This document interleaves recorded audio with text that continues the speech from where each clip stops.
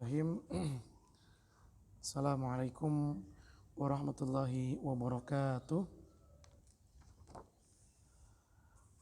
Innal hamdalillah nahmaduhu wa nasta'inuhu wa nastaghfiruh wa na'udzu billahi min shururi anfusina wa min sayyiati a'malina. Man yahdihillahu fala mudhillalah wa man yudlilhu fala hadiyalah. Asyhadu an la ilaha illallah wahdahu la syarikalah wa asyhadu anna Muhammadan abduhu wa rasuluhu la nabiyya wa la rasula ba'dah, amma ba'd. Alhamdulillah, marilah kita bersyukur kepada Allah Subhanahu wa taala yang senantiasa dan selalu memberikan kepada kita berbagai macam banyak kenikmatan hingga pada kesempatan di hari ini kembali Allah berikan kita nikmat untuk dapat berjumpa, melanjutkan kegiatan belajar kita. Kita berharap dan berdoa semoga Allah selalu memberikan kepada kita kemudahan dalam mempelajari ilmu, dalam memahaminya dan juga mengamalkannya.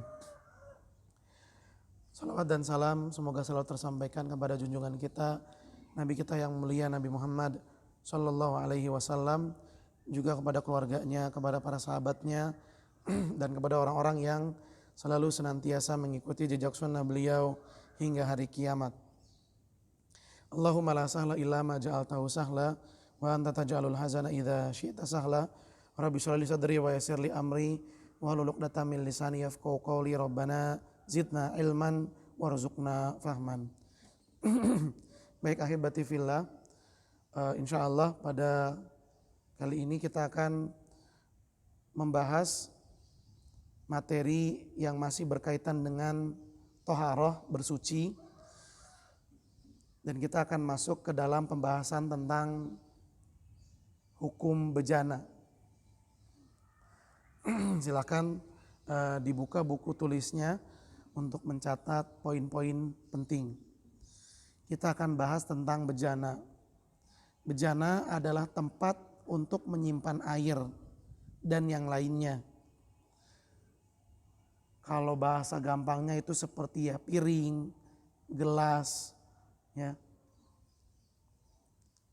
Di mana bejana ini ada yang terbuat dari besi dan juga terbuat dari bahan yang lain.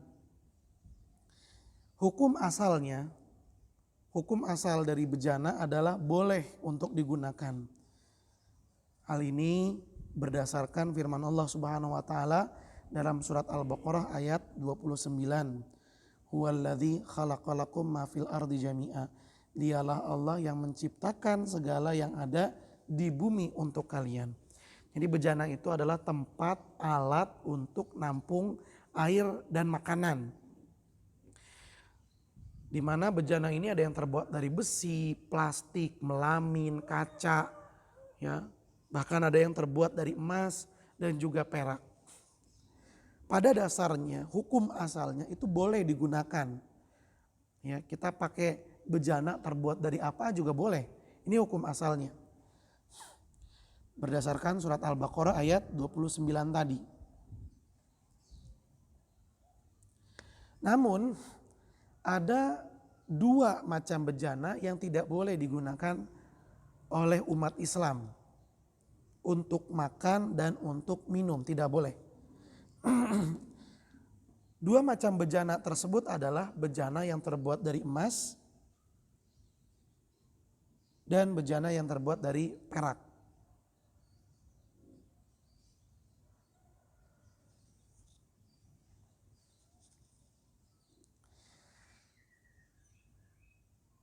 Seperti yang tadi sudah kita sebutkan, pada dasarnya hukum asalnya menggunakan bejana itu boleh-boleh saja, baik untuk makan, untuk minum, dan aktivitas yang lain. Yang penting bejana itu suci, nggak ada najisnya. Contoh misalnya kita lihat ada piring habis dijilat anjing, ya itu bejananya nggak suci, harus disucikan dulu sebelum kita gunakan. Ada ya bejana yang terkena najis misalnya, atau terbuat dari benda najis seperti ya botol minum yang dibuat dari kulit hewan haram seperti kulit babi misalnya. Ini tidak boleh. Selama bejana itu suci dan mubah, hukum asalnya boleh-boleh saja. Walaupun mahal, itu boleh digunakan. Karena masih dalam hukum asalnya, yaitu mubah. Kecuali bejana emas dan perak. Nanti kalau dikecualikan tuh ada 4. 1, bejana yang ada najisnya harus disucikan dulu, baru boleh. Yang kedua, bejana yang terbuat dari benda haram.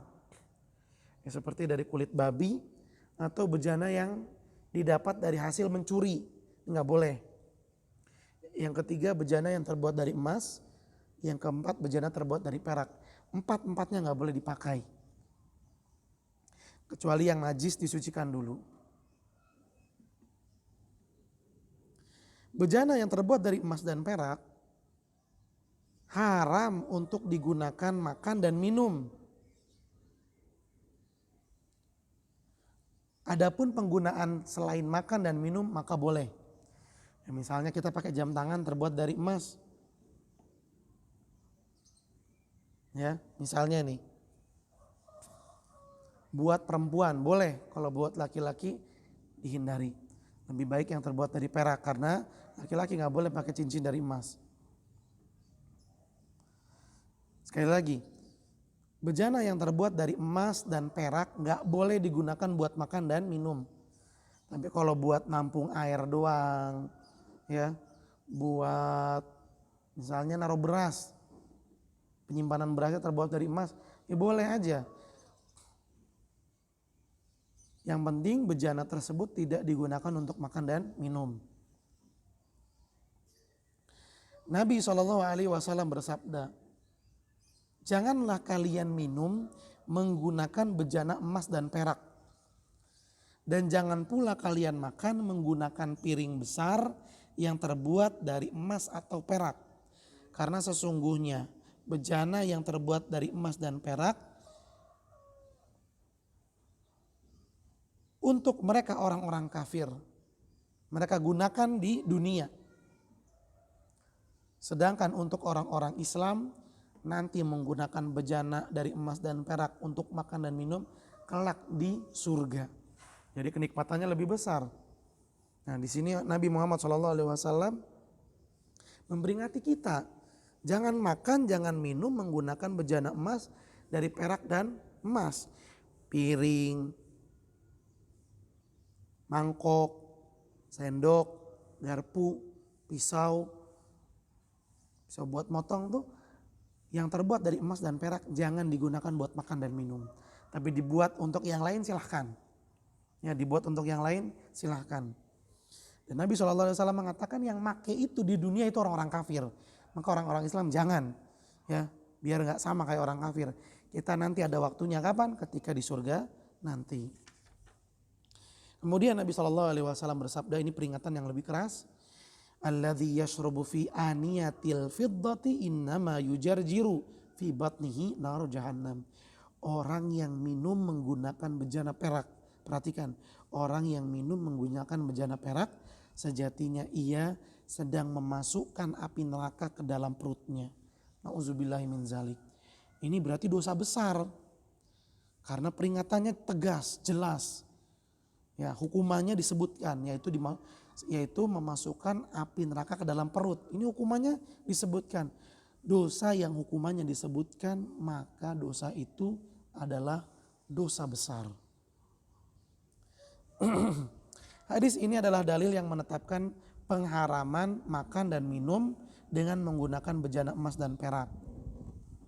Adapun penggunaan yang lainnya yaitu selain makan dan minum maka hukumnya boleh. Larangan ini ya, larangan menggunakan bejana emas perak larangan menggunakan bejana emas dan perak untuk makan dan minum, larangannya bersifat umum. Artinya bejana yang terbuat dari murni emas semuanya nggak boleh. Atau bagian-bagiannya terbuat dari emas. Misalnya gagangnya doang yang dari emas, tetap nggak boleh. Atau disepuh, diciprat-cipratin pakai bubuk emas, nggak boleh. Kecuali bejana yang diwarnai dengan warna yang mirip emas, tapi itu bukan emas, ini boleh. Intinya kalau mengandung unsur emas nggak boleh. Tapi kalau dicat dengan warna yang mana warna tersebut menyerupai emas, padahal bukan emas, ini boleh. Ya, seperti teko-teko Arab tuh biasanya warnanya warna emas, walaupun tidak terbuat dari emas itu boleh. Tapi kalau dia terbuat dari emas seluruhnya atau bagian-bagian tertentunya, ini tidak boleh. Begitu pula dengan perak. Ya, begitu pula dengan perak.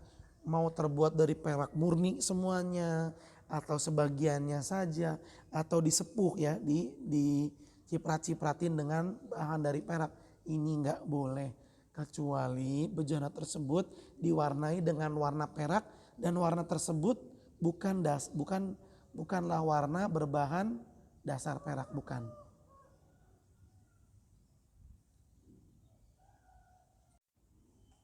Baik. Nah, ada pengecualian untuk bejana yang terbuat dari perak, yaitu menggunakan bejana yang ditambel dengan emas dan perak. Nah, perhatikan, bila bejana itu bolong atau retak, kemudian disambung, ditambel dengan emas, hukumnya tetap sama, yaitu haram, tidak boleh dipakai. Kecuali kalau ditambelnya dengan bahan perak. Misalnya ada teko nih bolong, kemudian ditambal bolongannya dengan perak, itu boleh. Hal ini berdasarkan dengan hadis yang diriwayatkan oleh Anas radhiyallahu taala anhu. Dia berkata, in kasara qadahu Rasulullah sallallahu alaihi wasallam. Wadah minumnya Nabi pecah. Fattakhadha makana sya'bi silsilatan min fiddatin. Lalu Nabi Muhammad menambal bagian yang pecah itu dengan perak. Nah, ini boleh berarti. Kalau nambel pakai perak boleh. Bejananya dipakai boleh. Nambel pakai perak, tapi ada peraknya. Ini nambel ya. Jadi enggak dari awal dibuat dari perak, enggak. Asalnya mungkin dari asalnya dari besi.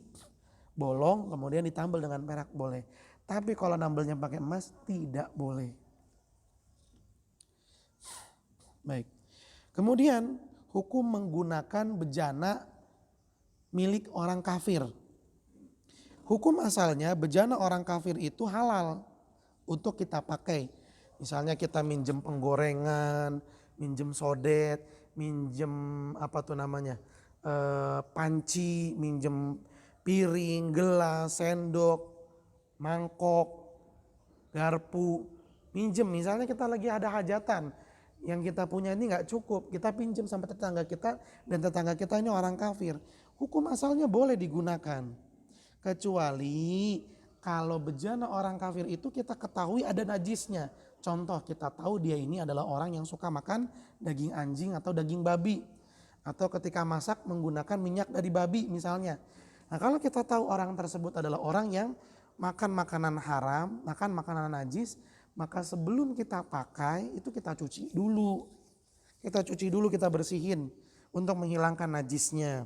Kalau sudah dicuci dan sudah yakin najisnya hilang, maka boleh untuk digunakan. Artinya hebatifillah, bejana orang kafir hukum asalnya boleh aja dipakai. Tapi kalau kita tahu di situ ada najisnya, maka sebelum dipakai cuci dulu baru kita pakai.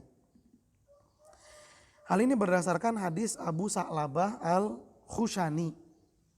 Dia berkata, saya bertanya, wahai Rasulullah, sesungguhnya kami berada di daerah suatu kaum dari kalangan ahli kitab. Maksudnya dia tinggal di tempat yang ada orang kafirnya. Apakah kami boleh menggunakan bejana mereka untuk makan? Maka Nabi menjawab, jangan kalian makan menggunakan bejana mereka kecuali kalian tidak mendapati selainnya. Maka cucilah kemudian makan dan gunakan. Nah, di sini Nabi SAW menjawab dengan lebih rinci, yaitu yang pertama, kamu cari dulu bejana selain punya orang kafir. Punya kamu dulu nih, punya enggak? Ada, tapi enggak cukup. Pinjem ke tetangga-tetangga yang muslim. Kalau enggak ada juga baru pinjem dari bejananya orang kafir.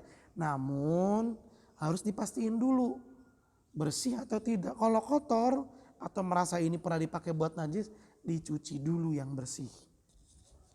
Kalau diketahui bejana tersebut pernah dijilat anjing, maka nyucinya 7 kali. Dicuci 7 kali. Dan cucian yang pertama atau cucian yang di tengah atau yang di akhir dicampur antara air sama tanah. Jadi air dicampur tanah, kemudian dicuci itu. Kemudian baru dibilas. Yaitu kalau bejananya diketahui dijilat oleh anjing. Bila bejana tidak diketahui najis, di mana orang kafir yang memilikinya itu dikenal bahwa mereka tidak makan makanan haram. Ya. Maka boleh langsung digunakan. Nah, ini sebagaimana telah diriwayatkan secara sahih bahwa Nabi dan para sahabat mengambil air untuk wudhu dari kantong kulit milik wanita musyrik. Ya, hadis ini diriwayatkan oleh Bukhari dan Muslim. Nabi pernah ambil air wudhu, ya, di mana air tersebut berasal dari kantong kulit milik orang kafir, wanita musyrik. Dan karena Allah Ta'ala telah menghalalkan makanan ahli kitab untuk kita. Makanan yang dibuat oleh Yahudi dan Nasrani, mereka misalnya menyembelih hewan nih, kambing, sapi atau unta, lalu mereka masak, lalu disuguhkan, dikasih ke kita, boleh gak dimakan? Boleh. Makanan hasil sembelihan ahli kitab yaitu Yahudi dan Nasrani halal untuk kita makan, kecuali dari orang Buddha, Hindu yang menyembah berhala, ini gak boleh kita makan. Nah, sebagaimana kita ketahui kalau orang Yahudi dan Nasrani itu menyembelih hewan kambing misalnya atau sapi lalu dia masak, mereka suguhkan ke kita, itu kan pasti menyuguhkannya menggunakan bejana mereka, ya, menggunakan bejana atau nampan-nampan mereka. Ini boleh, ini berdasarkan juga dengan seorang budak Yahudi pernah mengundang Nabi dan dia menyuguhkan roti gandum dan lemak yang telah berubah baunya. Ya, dia suguhkan roti gandum dengan lemak tersebut. Ya, mungkin lemaknya itu ya buat olesan roti. Dia suguhkan kepada Nabi dan Nabi makan. Tentu kan nyuguhinya nggak mungkin pakai tangan gitu kan, enggak. Tapi pakai bejananya dia. Disuguhkan kepada Nabi dan Nabi SAW menyantapnya, mengkonsumsinya. Nah, ini menunjukkan bahwasanya boleh kita menggunakan bejananya orang kafir. Kalau kita tahu orang kafir itu tidak makan najis dan bejananya itu tidak ada najis, pakai langsung boleh. Tapi kalau kita merasa khawatir bejana itu ada najisnya, atau kita ketahui bahwasanya orang kafir itu suka makan makanan najis, sebelum kita gunakan kita cuci dulu. Baik. Kemudian bersuci menggunakan bejana yang terbuat dari kulit bangkai. Nah, zaman dahulu ya, apalagi orang-orang yang masih tinggal di pedalaman mungkin gak kenal dengan yang namanya Tupperware, ya, lock and lock misalnya. Itu bejana-bejana yang terbuat dari bahan-bahan yang masa kini, atau terbuat dari besi, terbuat dari plastik, dari beling, ya, dari melamin. Mungkin itu hal yang sulit untuk didapat. Zaman dulu kebanyakan orang membuat bejana ya seperti air minum, tempat air itu ya pakai kulit hewan. Kulit hewan ya mereka anyam, kemudian mereka bentuk menjadi tempat air. Nah, bagaimana kalau kulit yang didapat itu dari bangkai hewan? Boleh gak dipakai? Ya, apakah hewan yang sudah menjadi bangkai betul-betul sudah gak bisa dimanfaatkan lagi sama sekali? Nah, ini adalah bentuk kemudahan dari ajaran Islam. Perhatikan, kulit bangkai yang sudah disamak, nah artinya sudah dibersihkan, maka boleh digunakan. Boleh digunakan ya untuk dibuat menjadi tempat air. Ini boleh. Jadi bangkai hewan itu masih bisa dimanfaatkan. Apanya? Kulitnya dimanfaatin. Tapi sebelum digunakan kulitnya disamak dulu. Samak tuh apa sih? Samak tuh dibersihin, ya, direndam pakai air garam campuran dengan perasan jeruk nipis misalnya. Itu untuk matiin kuman, matiin bakteri dan menghilangkan ya bau-bau yang nggak sedap. Ya, intinya dicuci lah gitu. Mungkin zaman sekarang ada bahan yang lebih modern. Nabi SAW bersabda, kulit apapun yang telah disamak, perhatikan, kulit apapun, mau dia tadinya kulit dari hewan yang masih hidup lalu disembelih, kulitnya diambil, atau hewan tersebut nggak sempat disembelih udah mati berarti bangkai. Nah kulitnya diambil, kalau udah disamak maka suci untuk digunakan. Kulit hewan itu suci untuk digunakan kalau sudah disamak. Kemudian dalam sebuah riwayat dijelaskan bahwasanya Nabi pernah melewati bangkai kambing. Maka beliau bersabda, mengapa kalian tidak mengambil kulitnya lalu menyamaknya kemudian memanfaatkannya? Maka para sahabat bertanya, wahai Rasulullah ini udah jadi bangkai, apakah kulitnya masih bisa dipakai? Kan udah jadi bangkai.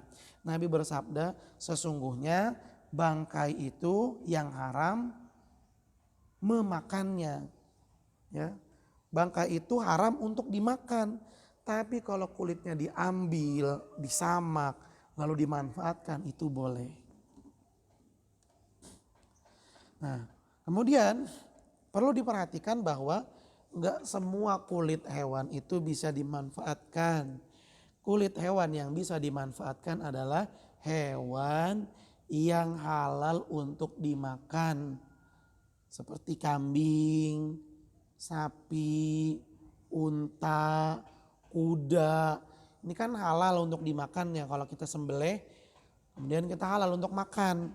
Maka kulitnya mereka ini yang bisa dimanfaatkan. Walaupun mereka ini udah jadi bangkai, bisa diambil kulitnya, disamak lalu dimanfaatkan. Tapi hewan yang haram untuk dimakan, anjing, babi misalnya, kucing, hewan yang bertaring, hewan buas yang bertaring, maka tidak boleh untuk digunakan kulitnya, tidak boleh, ya, tidak halal untuk digunakan walaupun sudah disamak.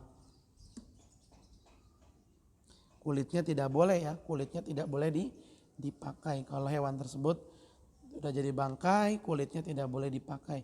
Adapun bulunya ya bulunya tetap suci. Bulu bangkai yang halal dimakan saat ia belum menjadi bangkai, maka bulunya tuh suci. Jadi kalau kita megang kambing, megang sapi ya ada bulunya, bulunya nempel, terus kita salatnya batal gak? Enggak batal karena bulunya suci. Kulitnya ya, kulit bangkai itu yang harus disucikan. Sekali lagi biar gampang. Menggunakan kulit hewan untuk dimanfaatkan itu hukumnya boleh. Baik hewannya tadinya masih hidup, kemudian disembelih, diambil kulitnya boleh. Atau hewannya sudah mati jadi bangkai, ambil kulitnya, disamak, dibersihkan, boleh dimanfaatkan. Tetapi perlu diperhatikan, yang boleh adalah kulit dari hewan yang boleh dimakan. Hewan yang boleh dimakan, sapi, kambing, kuda, domba, kerbau, unta. Tapi kalau hewan itu gak boleh dimakan, haram untuk dimakan kayak babi, anjing, maka kulitnya gak boleh dipakai. Walaupun disamak gak boleh dipakai.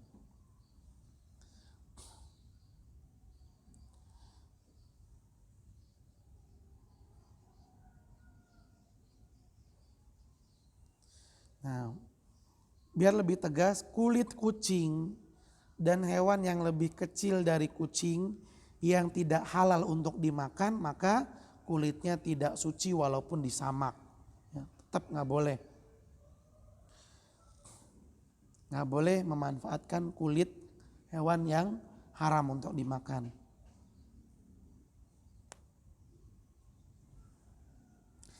Baik, itu dia ahibati fillah terkait dengan bejana. Yang pertama, bejana itu adalah tempat untuk menampung air dan makanan. Hukum asalnya boleh-boleh aja untuk digunakan kecuali bejana yang terbuat dari emas dan perak. Sama sekali nggak boleh dipakai untuk makan dan minum, tapi untuk aktivitas yang lain boleh. Bejana kalau bolong ditambal dengan emas, maka bejananya jadi nggak boleh dipakai. Aslinya dari besi, terus bolong ditambal dengan emas, maka bejana itu jadi nggak boleh dipakai. Tapi kalau bejana itu ditambalnya dengan perak, maka boleh. Aslinya dari besi, bolong kemudian ditambal dengan perak, boleh untuk digunakan. Kemudian bejana milik orang kafir, boleh digunakan kalau diketahui nggak ada najisnya. Kalau ada najisnya maka disucikan dulu. Kemudian kulit bangkai hewan yang sebetulnya hewan itu boleh dimakan kalau disembelih. Kambing, sapi, unta, domba, kerbau, kuda, itu kan boleh dimakan kalau misalnya disembelih. Tapi kalau dia udah jadi bangkai, ya itu tuh kulitnya masih bisa dimanfaatkan dengan cara disamak. Apalagi kalau dia matinya disembelih, ya kulitnya bisa langsung dipakai. Bersihkan dulu. Tapi kalau udah jadi bangkai, disamak dulu kulitnya baru dipakai. Adapun hewan-hewan yang tidak halal untuk dimakan, walaupun disembelih, misalnya kucing, mau disembelih juga nggak boleh dimakan, dia haram. Anjing dan babi juga nggak boleh untuk dimakan walaupun disembelih. Maka hewan-hewan ini kulitnya nggak boleh dipakai, walaupun udah disamak tetap nggak boleh dipakai. Itu kesimpulannya, ahibati fillah. Kemudian yang berikutnya adalah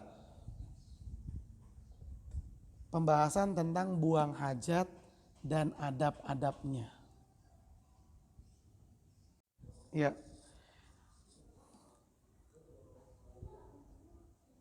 Materi kita yang berikutnya adalah pembahasan tentang buang hajat dan adab-adabnya. Yang pertama adalah terkait dengan istinja dan istijmar dan menggunakan salah satunya sebagai ganti yang lain. Maksudnya istinja doang atau istijmar doang atau dua-duanya. Kita akan bahas tentang istinja dan istijmar. Yang pertama yaitu istinja. Apa itu istinja? Istinja adalah membersihkan apa yang keluar dari dua jalan, yaitu kemaluan dan dubur menggunakan air. Bahasa gampangnya adalah istinja itu cebok menggunakan air. Sedangkan istijmar adalah mengusap apa yang keluar dari dua jalan, yaitu kemaluan dan dubur menggunakan benda suci selain air, seperti tisu, kain, daun, dan benda suci yang lainnya. Atau bahasa gampangnya cebok menggunakan benda selain air. Kalau kita umumnya mungkin menggunakan tisu. Ini disebut dengan istijmar. Saya ulangi sekali lagi, istinja itu cebok menggunakan air, sedangkan istijmar cebok menggunakan benda selain air. Kedua-duanya hukumnya boleh untuk dilakukan dan kedua-duanya dinyatakan sah untuk membersihkan kemaluan dan dubur sehabis buang hajat. Siapa yang melakukan istinja maka sudah cukup, nggak perlu istijmar lagi. Siapa yang sudah istijmar maka itu cukup, maka nggak perlu istinja lagi. Misalnya orang yang cebok menggunakan tisu, maka udah cukup, dia nggak perlu lagi cebok menggunakan air. Ya karena sudah dianggap sah ceboknya. Tapi siapa yang menggabungkan kedua-duanya ini lebih baik dan lebih utama. Ya, sekali lagi siapa yang istinja maka nggak apa-apa dia nggak istijmar lagi. Begitu pula sebaliknya, siapa yang istijmar maka itu sudah cukup dan nggak apa-apa dia nggak istinja. Tapi kalau dia mau menggabungkan kedua-duanya, istinja dan istijmar, maka itu lebih utama. Dan kedua-duanya dilakukan oleh Nabi SAW, baik itu istinja atau istijmar. Hal ini berdasarkan hadis yang diriwayatkan oleh Anas radhiyallahu taala anhu. Dia berkata, Nabi SAW pernah masuk tempat buang hajat. Lalu aku dan seorang anak yang seusia denganku membawa wadah kecil dari kulit berisi air dan tongkat pendek. Yaitu Anas yang waktu itu masih kecil ditemani dengan anak kecil lainnya membawa wadah kecil dan kulit berisi membawa wadah kecil yang terbuat dari kulit berisi air serta membawa tongkat yang ia berikan kepada Nabi SAW. Di mana pada saat itu Nabi SAW sedang buang hajat. Lalu Nabi beristinja, artinya Nabi cebok dengan air. Adapun tongkat tersebut digunakan untuk menandai orang lain jangan mendekati tempat tersebut karena ada orang yang sedang buang hajat. Kemudian hadis dari Aisyah radhiyallahu taala anhu dari Nabi SAW bahwa beliau bersabda, "Idza dhahaba ahadukum ilal ghaid." Bila salah seorang dari kalian pergi ke tempat buang hajat, fal yastatib bisalatati ahjar, maka ceboklah menggunakan 3 batu. Fa innaha tujzi'u anhu.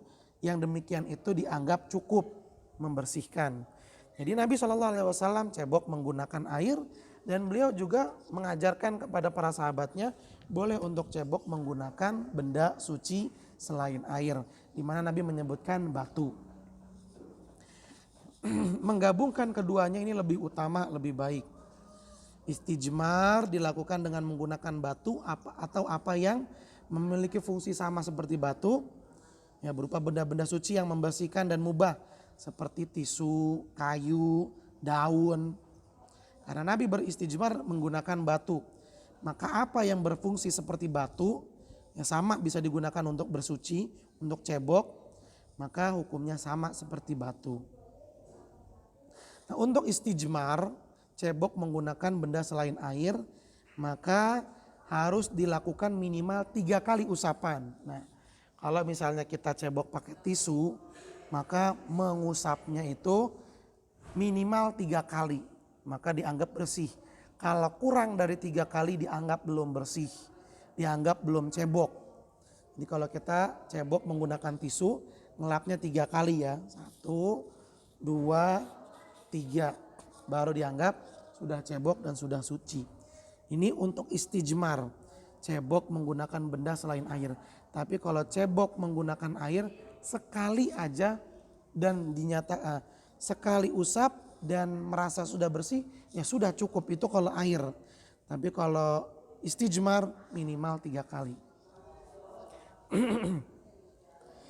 Kali ini berdasarkan hadis yang diriwayatkan oleh Salman radhiyallahu taala anhu, dia berkata, nahana yakni Nabi SAW an nastanji bil yamin wa an nastanji bi aqal min salasati ajar wa an nastanji bi rojiin au adhamin au azmin.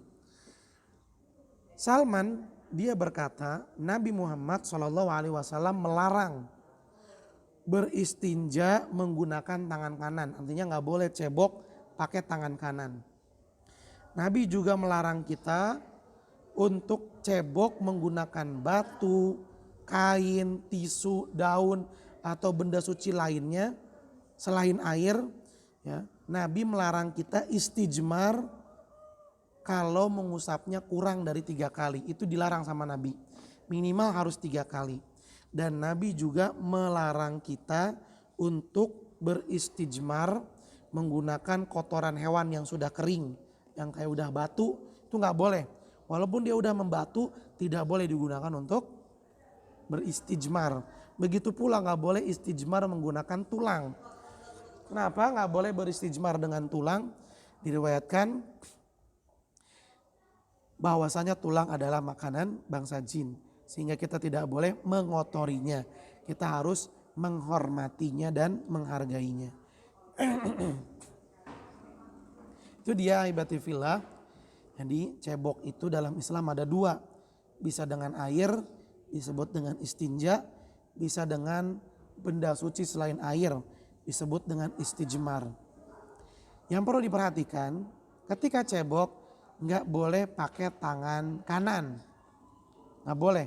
Mau cebok pakai air atau benda suci selain air, nggak boleh pakai tangan kanan. Kemudian untuk istijmar, kalau kita beristijmar maka mengusapnya itu minimal 3 kali. Dan tidak boleh beristijmar dengan tulang atau dengan kotoran hewan, walaupun kotoran hewan itu sudah mengering, nggak boleh. Baik, kemudian yang berikutnya ini termasuk adab. Kemudian terkait dengan adab ya dalam buang hajat, yaitu menghadap dan membelakangi kiblat saat buang hajat. Boleh gak kita ketika buang hajat, entah itu buang air kecil atau buang air besar, menghadap kiblat atau membelakanginya? Ingat kiblat kita itu di Indonesia mengarah ke arah barat. Ya gampangnya mana matahari terbit ya disitulah ada arah kiblat kita. Mana matahari tenggelam itu barat. Dan disitulah ada arah kiblat kita. Matahari tenggelam itu menunjukkan barat, dan barat itu adalah arah kiblat kita yang tinggal di Indonesia. Perhatikan, tidak boleh menghadap atau membelakangi kiblat saat buang hajat, nggak boleh. Ini berlaku di tanah terbuka, di mana nggak ada dinding yang menutupi. Siapa yang buang hajat di tanah lapang terbuka, tidak ada dinding, dengan kata lain buang hajatnya bukan di dalam kamar mandi, di tempat terbuka, maka haram hukumnya buang hajat menghadap atau membelakangi kiblat. Hal ini berdasarkan hadis yang diriwayatkan oleh Abi Ayyub Al-Ansari radhiyallahu anhu. Rasulullah sallallahu alaihi wasallam bersabda, "Idza ataitumul ghaid, jika kalian mendatangi tempat buang hajat, fala tastaqbilul qiblah wala tastadbiruha." Janganlah menghadap kiblat dan jangan membelakanginya. Enggak boleh. Ya, jangan menghadap kiblat atau membelakanginya. Ya intinya kalau misalnya nih di negara Indonesia kiblatnya itu di arah barat. Ya kita jangan mengarah barat, jangan mengarah ke timur, tapi mengarahnya ke utara atau ke selatan. Tapi mungkin ada negara yang baratnya itu di selatan. Mungkin ada negara yang kiblatnya itu di selatan, kiblatnya ada di selatan misalnya. Maka ketika buang hajat jangan menghadap ke selatan atau menghadap ke utara, jangan. Tapi menghadapnya ke barat atau ke timur. Ke barat atau ke timur.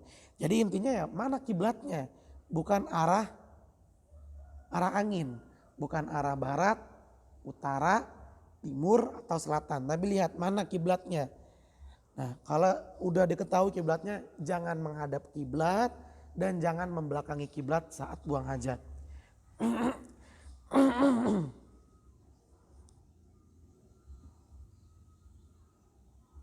Abu Ayyub Al-Ansari yang meriwayatkan hadis ini, dia berkata, suatu ketika kami datang ke negeri Syam, lalu kami mendapati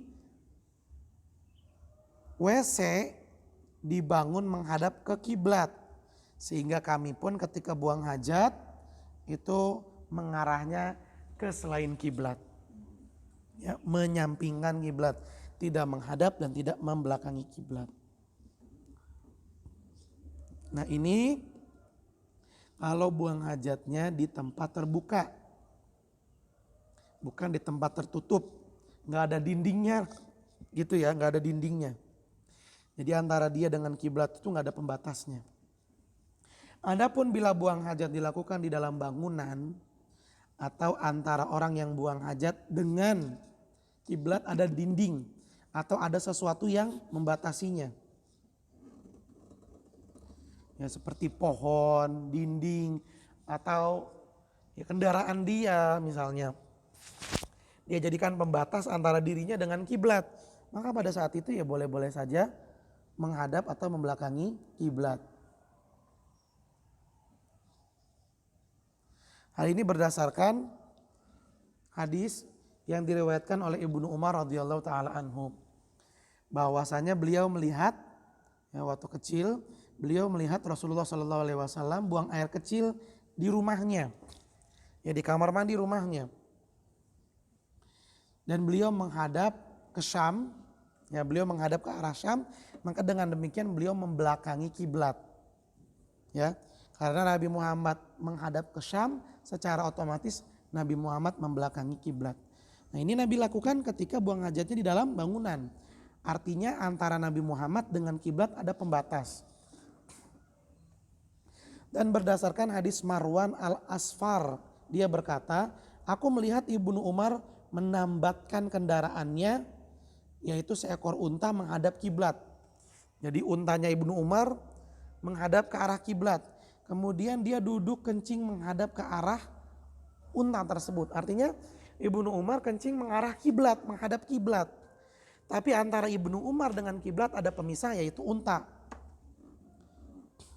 Maka aku, yaitu Marwan al-Asfar, bertanya, wahai Abu Abdurrahman, ini kunyahnya Ibnu Umar, bukankah ini telah dilarang? Artinya kita nggak boleh buang hajat menghadap ke arah kiblat.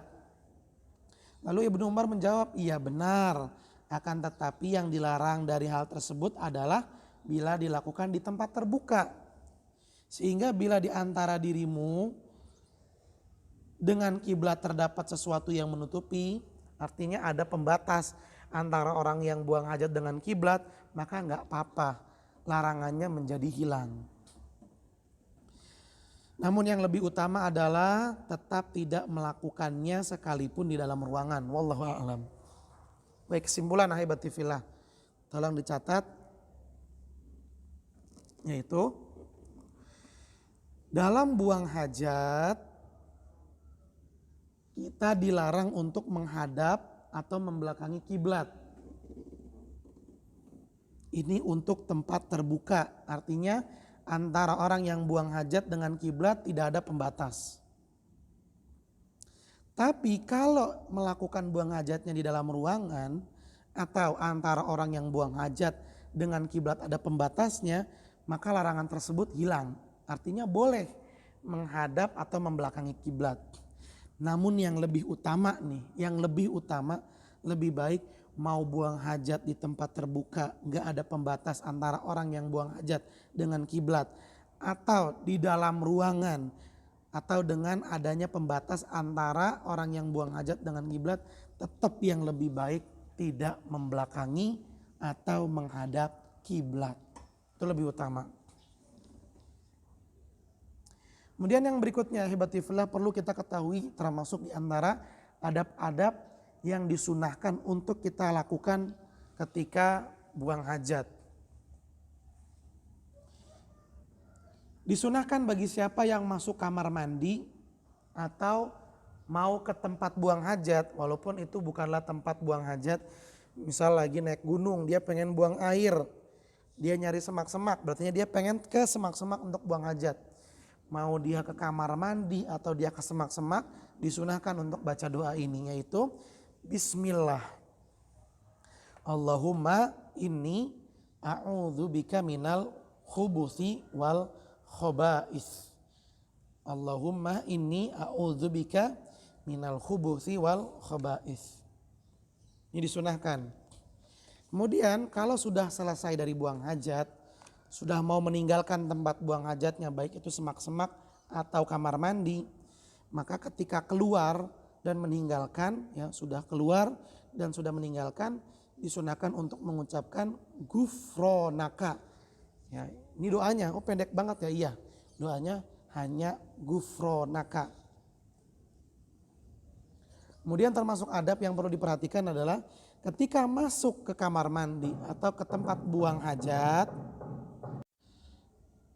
mendahulukan kaki kiri ketika kita masuk ke kamar mandi atau ke tempat buang hajat. Dan kalau keluar dari kamar mandi atau meninggalkan tempat buang hajat, maka kita dahulukan kaki kanan. Kaki kiri ya. Dan kaki kanan, perhatikan. Kalau masuk ke kamar mandi atau ke tempat buang hajat, dahulukan kaki kiri baru kaki kanan. Tapi kalau keluar dari kamar mandi atau meninggalkan tempat buang hajat, dahulukan kaki kanan baru kaki kiri. Perhatikan ya. Kenapa demikian? Karena kamar mandi itu tempat kotor. Maka kita mendahulukan yang kiri dulu. Sedangkan keluar kamar mandi berarti kita menuju tempat yang bersih. Maka kita dahulukan yang kanan dulu. Kemudian adab juga adalah tidak membuka aurat sampai kita sudah di tempat buang hajat. Ini perlu diperhatikan nih. Siapa yang pengen buang hajat, maka kita buka auratnya kalau sudah di dalam tempat buang hajat. Jangan belum masuk kamar mandi udah dibuka celananya, jangan. Jangan belum sampai ke semak-semak sudah dibuka celana, jangan. Sampai masuk ke dalam kamar mandi dulu, sampai masuk ke semak-semak baru buka celana dan buang hajat. Intinya harus menjaga dan menutup aurat kita, tidak sampai terlihat oleh orang lain. Berikutnya, bila buang hajat dilakukan di tempat terbuka, maka hendaknya menjauh dari orang dan menutupi diri agar tidak dilihat. Ya, cari misalnya di belakang pohon, di semak-semak, cari tempat sepi. Intinya kita harus menjaga aurat kita, jangan sampai terlihat oleh orang lain. Dalil-dalil yang telah kita sebutkan tadi adalah hadis Jabir radhiyallahu anhu, dia berkata, kami pernah keluar bersama Nabi dalam sebuah perjalanan. Kemudian Nabi SAW tiba-tiba menghilang, gak kelihatan sama kami. Ternyata beliau sedang pergi untuk buang hajat. Ya, beliau pergi untuk buang hajat dan pada saat itu sampai beliau seolah-olah menghilang, tidak terlihat. Jadi Nabi ketika buang hajat mencari tempat yang sepi, yang gak kelihatan oleh orang. Kemudian juga hadis Ali radhiyallahu taala anhu, dia berkata, Rasulullah bersabda, penutup antara mata jin dengan aurat manusia bila dia masuk kamar mandi adalah ucapan bismillah. Siapa yang masuk kamar mandi, ya, sebelum masuk kamar mandi dia baca bismillah, Allahumma inni a'udzubika minal khubuthi wal khaba'ith, maka jin gak akan bisa melihat aurat kita. Juga berdasarkan hadis Anas radhiyallahu taala anhu, dia berkata, dahulu Nabi SAW apabila masuk kamar mandi, beliau mengucapkan, Allahumma inni a'udzubika minal khubuthi wal khaba'ith. Lalu Aisyah radhiyallahu taala berkata, dahulu Nabi SAW ketika keluar kamar mandi, setelah keluar beliau mengucapkan gufronaka. Ya, beliau mengucapkan gufronaka. Kemudian adab yang dicontohkan oleh Nabi SAW yang berikutnya adalah diriwayatkan oleh Ibnu Umar radhiyallahu taala anhuma. Sesungguhnya Nabi SAW apabila hendak buang hajat, beliau tidak mengangkat bajunya, beliau tidak membuka auratnya sampai betul-betul dekat dengan tanah untuk buang hajat. Ya, jadi beliau ya, ketika buang hajat nih, cari tempat sepi, sudah nyampe di tempat sepi, beliau nggak langsung buka bajunya, tapi beliau jongkok dulu, ya, sampai sudah mendekati tanah, baru buka bajunya. Beliau baru buka bajunya. Ini dilakukan supaya apa? Demi menjaga aurat dari pandangan orang lain.